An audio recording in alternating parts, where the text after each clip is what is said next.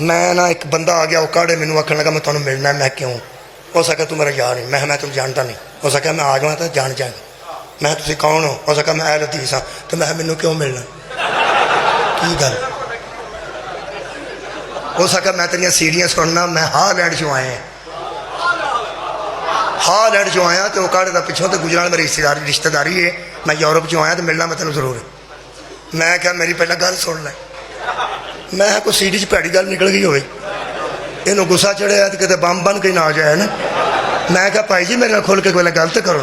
हो सका यार मैं हदीस तू मेरे को डरना तो मैं तेन मिलना जरूर। मैं वजह हो सका जिन्नियां मैं तेरिया तकरीर सुनिया तू जदों साडी किसी किताब का हवाला दिता ना तू आख्या अहल हदीस दोस्तां ने भी ये गल लिखी।